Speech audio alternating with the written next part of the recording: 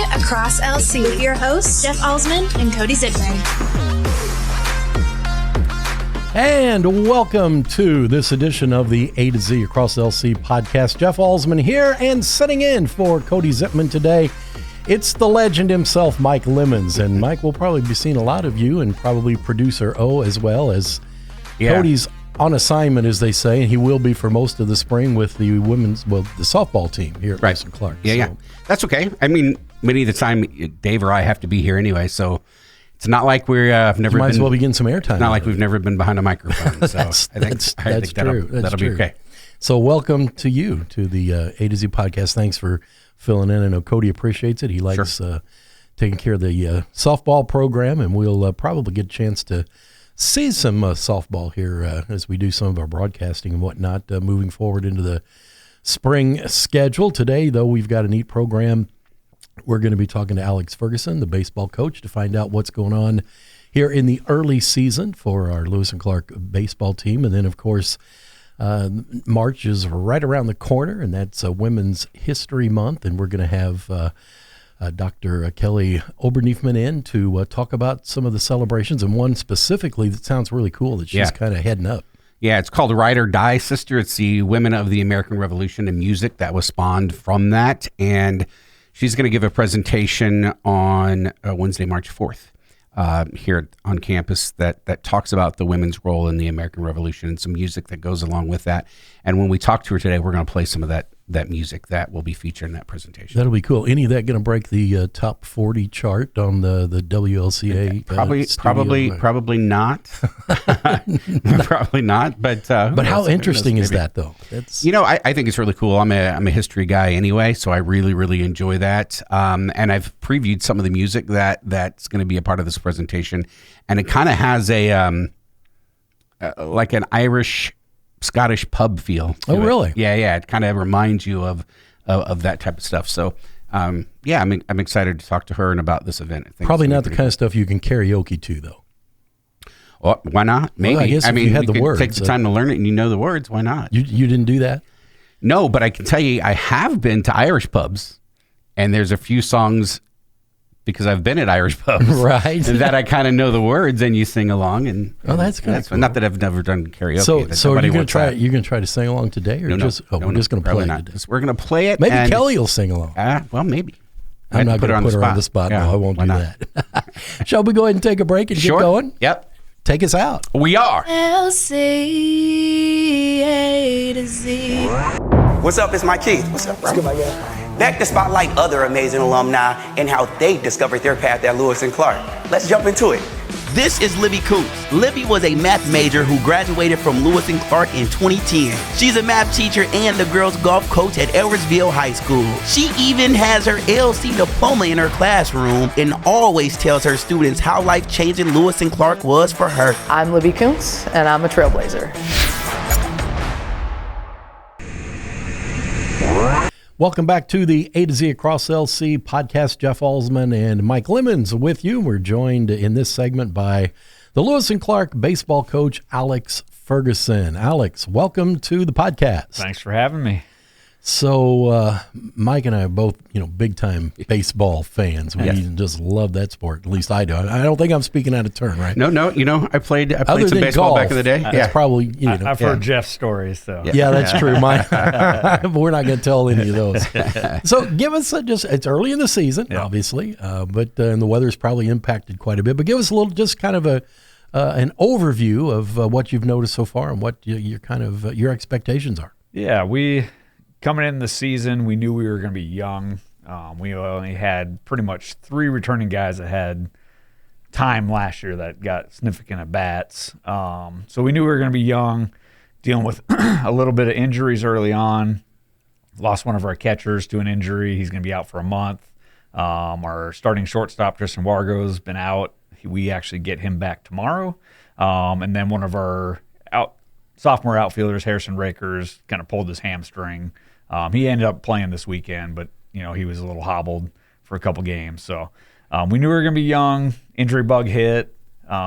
We've shown flashes of what we can do, but we haven't been real consistent in the pitching, hitting, category, we've been pretty good defensively, but the other two areas have to get a little better. That was my problem. I was never consistent in the hitting, pitching, or right. That's when you get to the bench. My problem was my fielders knew I was going to field it. They just knew I was going to throw it. That was is that it? Yeah. So talk about that. You being a little bit young this year, being a 2-year school, that probably happens pretty often, right? To where you have a strong core of sophomores that all leave.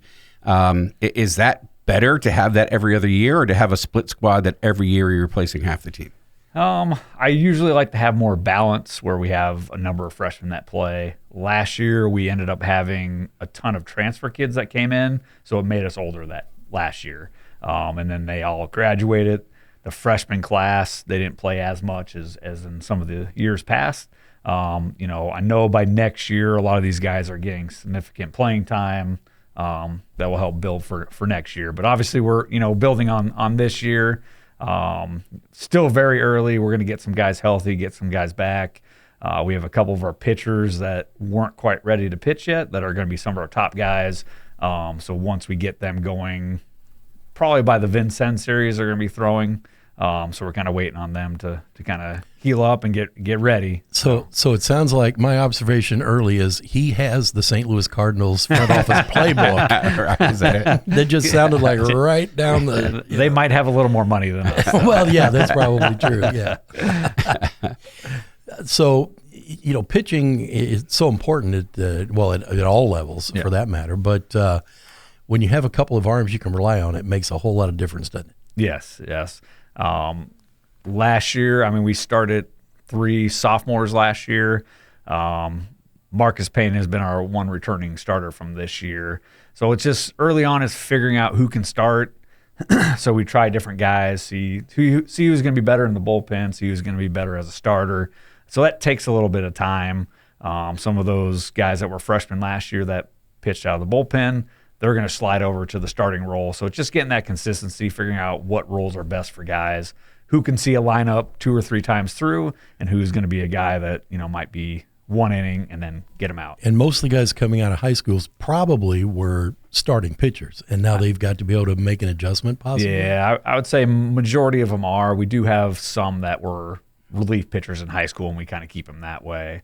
We have 2 freshmen that I really like, but they haven't thrown a pitch yet. So one, Reed Murray from Alton, he's going to be good. He had a stress fracture over the summertime, and he has not gotten healthy yet. So he starts PT next week. He might be redshirting this year. We're kind of waiting and seeing. And then Sawyer Brunson from Triad's going to have a good year. He just needed a little more time to get ready on that. So, how does that work early season? We're here in the Midwest, and we had warm days last week, and now it's cold again. Right. Yeah. By the time this airs, I think it's going to be warmer again. Mm-hmm. That's really got to be challenging for the pitching staff, yes? It is. You just got to be smart, like temperature-wise. So days that are colder, their leashes are a little shorter. We're going shorter pitch counts. Most of the games we played, the weather's been decently warm. Yet Sunday we were supposed to play in Branson. The real field was 23 degrees when we started, so we just did not play those. And then we got rained out in Arkansas. So we should, realistically, we should have about 6 more games under our belt, but that's how kind of the early season goes. So it's just kind of building them up, and our starters are up to about 70 pitches now, and we'll keep upping it up until we get to conference and get right around that 100 pitch mark. And when you lose a weekend, you're losing 2 or 3 games. Are you able to build that back in later? Or is your schedule so packed that you really don't have room for that kind of a reschedule? I overschedule. So I try, we can play 56 games. I usually schedule 62 because it happens every year. So right now it's not a big deal because we'll still be at the amount that we can play, and we have those all scheduled. So we should be good on that. It just sometimes when you don't play a weekend, then that you lose that build-up time. So it makes it a little more difficult that way. You have a couple of players that I'm looking at for their stats so far. A few that are hitting near 400. Yep. Nick Franklin, who is a catcher, who is hitting 385 with a on base of 429, and you have Talon Binbrook and Casey Fultz. Yep. Tell us about your players a little bit. Some of the guys are really hitting the ball well so far. Yeah. Nick is a bounce back. He was at Longwood University last year, redshirted there. Good presence behind the plate, good presence at the plate. He's going to be kind of our 3-4 hole hitter most of the year. He can swing it. So for him, just not getting too anxious, making sure that getting a pitch that he can hit. So he started off the season hot. Teams have kind of adjusted and been start throwing him a lot more breaking balls. So that's one of the adjustments that he's going to have to make. Now, I hate it when they figure that out. Yeah. Has he jumped in because of the injury to one of your other catchers, I think you talked about earlier? So him and Grant typically will catch 2 and 2. And if with Nick, with how he swings, a lot of times he'll end up being a DH in those other ones. But with Grant out, he's been catching a majority of it. And then one of the younger guys will kind of jump in and catch one of the other ones. Casey Foltz is another one. He's a freshman from Belleville. Good on-base percentage, takes quality at bats. Doesn't drive the ball a whole lot, but he's kind of a singles guy, and we'll get things started on that. Talon is one of our sophomores, played a little bit as a freshman. He's going to be in more of a starting role in right field for most of the year. Good athlete, good runner. Good things happen when he puts the ball in play. So I'll take this, Jeff. So last year, around 500, right? A little over 500 overall, about 500 in conference and all those different things. A young squad. Obviously, you're probably pretty optimistic on how things are going, but let us know what the rest of the season. I mean, you were sick. Yeah, you've had some people coming back from injury, not consistent yet. But what do you expect from this team overall this season? Yeah, I expect them to compete. I expect them to compete, grow. I think we'll get better as a pitching staff. I think we're going to be really good defensively. So now it's just offensively finding consistency where we're getting on base. We're doing doing those things and adjusting to what pitchers are doing. With a young team, sometimes you don't always have that, where they kind of have to learn on the fly. Last year, we had a lot of team speed. We ended up with like 150 stolen bases last year, set the LC record. We won't be quite as fast this year, but we do have some good base runners. When Tristan Wargo comes back, he's another guy that gets on base, had 21 stolen bases last year. So we're definitely looking for that growth. The good thing about this year is that everyone makes the region tournament. It's set up 3 years, every team makes it, so you're in pods of 3. The off years when the Missouri side hosts, then you have 2 teams that don't make the playoffs. So we know we're going to be in the playoffs, so now it's just building towards that, playing the best baseball we can by the time the region comes around. So I know you have to, pardon me, you have to head out here quickly. Just a final question for me. Just kind of describe your style as a manager. What type of game do you like to play? And do you change it based on the opponent, or you pretty much, this is what we play all the time? I mean, sometimes it changes with your personnel too. Like last year, we didn't have a whole lot of power, but we got on base and we stole bases.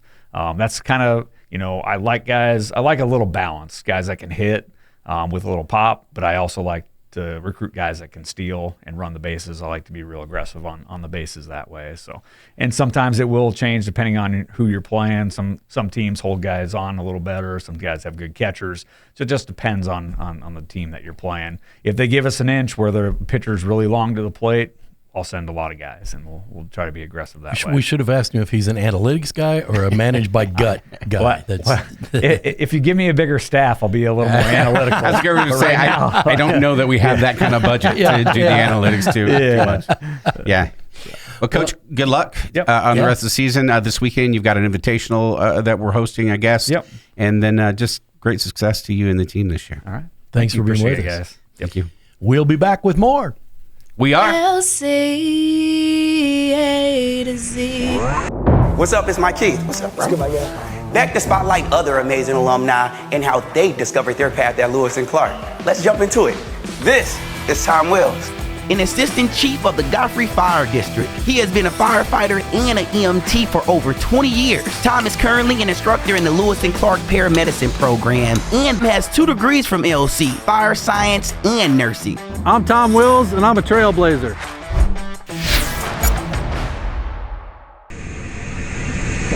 Welcome back to the A to Z Across LC podcast, and we are excited about this next segment. Mike and I both are. We have Dr. Kelly Obernieferman with us, and that was pretty good. That wasn't bad, good. was it? That was a thumbs up. We need to put that up there phonetically so we can always do it right. But so most of the time it's Dr. Kelly O. Kelly O, Makes like life producer easy. O. That works great. Yeah. Anyway, welcome to the podcast, and I know you're here to talk about something that sounds very interesting and intriguing as part of our Women's History Month celebration. You have a Songs of the Women of the Revolution, something to that effect. Is that right? And how did this come about? Yeah, that's right. This is our last week of February, so March is almost here. And on Wednesday, March 4th, 11 o'clock in the Trimpe Atrium, I have a presentation. It's PowerPoint and it's music, and it really combines the two things that I'm passionate about, history and music. I'm a huge music buff. So I've always liked, some of the contemporary ballads of the American Revolution. And you still have people today in the 21st century who have lyrics about women of the American Revolution. And so I was able to pull together songs that I call saucy ballads from the American Revolution. Saucy ballads. Saucy ballads to some indie rock from today. Wow. So a variety. Everything doesn't sound the same then, even on a subject that goes back many, many, many years. Yes, absolutely. I mean, we have Kate Bush, who's been very popular lately because of Stranger Things, and she did a traditional ballad on a folk album. So, you still have people today who go to these 200-year-old songs for inspiration. Wow. Jeff, Kate Bush is an alternative rock artist that has I been was out going to for say, I was a trying long to time. She had a song called Running Up That Hill that became popular again. I was trying to not make a face like, okay, who's she talking about? But now that you already blown let's it play, for hey, me. let's play one of Yeah, these let's do saucy that. little ballads, yeah? Saucy ballad coming up. So we're going to play a variety of the songs that you're playing, right? So this is a song from your PowerPoint, and this one's called Soldier Will You Marry Me? So this is what I previewed in the intro, saying that it kind of sounds like an Irish pub or Scottish pub type of song. So you're going to have mini songs like this? Yes, I'm going to do clips. I think I have 8 songs.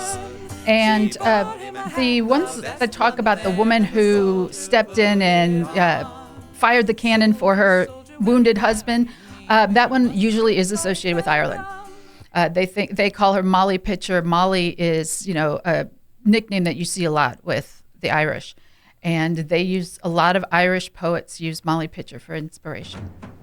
Here's another one. This This one neat. is a female drummer. I'm going to crank this one a little bit. Yes. I've got lots of examples of, saucy ballads, I call them, because men love to picture that the soldier next to them is secretly a woman.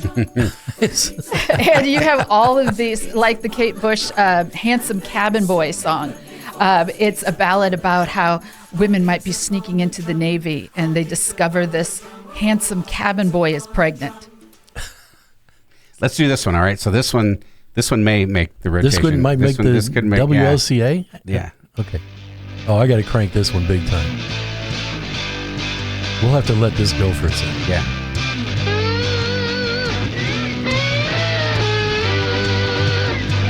See, it's not the 18th century. It certainly isn't.